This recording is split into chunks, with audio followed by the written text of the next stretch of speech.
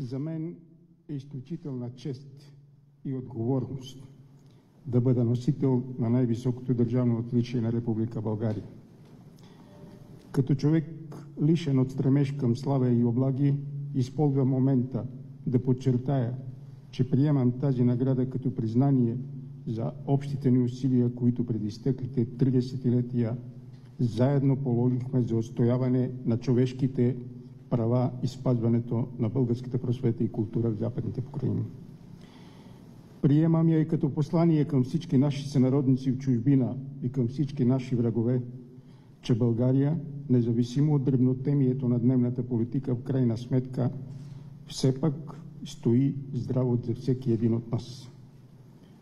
Искам да споделя това високо държавно отличие всички мои съратници и приятели за постоянството, с което преди изтеклите 3 десетилетия заедно работихме за българската просвета и култура, заедно строихме паметника на Левски в Босилеград, заедно следвахме заветите му и заедно отбелязвахме паметта му, въпреки забраните и полицейските кордони пред нас. За съжаление, положените усилия не винаги съответстват на постигнатите резултати. Българите в Сърбия, и не само в Сърбия, днес изживяваме най-тежките си изпитания, от които зависи дали ще устоим на мракобесната идеология, която ни раздели с родината и прокара границата през църкви, гробища, къщи, дворове и най-страшното през душите на хората. Идеология, която и днес обстрелва, опожарява, демолира и обискира българските културно-информационни центрове,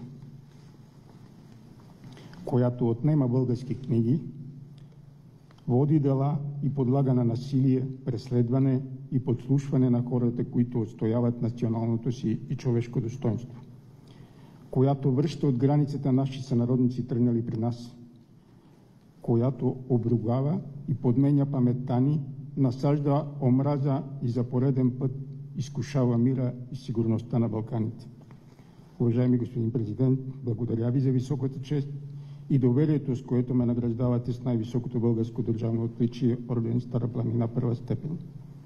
С това ви оценявате и утвърждавате нашите цели и действия като общонационални и общочовешки и ни поставяте откъм правилната страна на историята на България. И за да има смисъл от това високо признание, използвам момента за пореден път да призова за повече солидарност, за още по-категорична и последователна българска позиция в наша защита не само в Белград и Брюксел, но и тук, в София.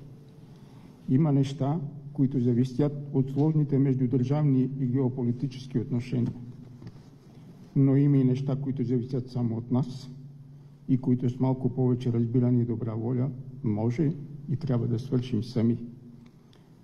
Благодаря ви и да живее България! Благодаря.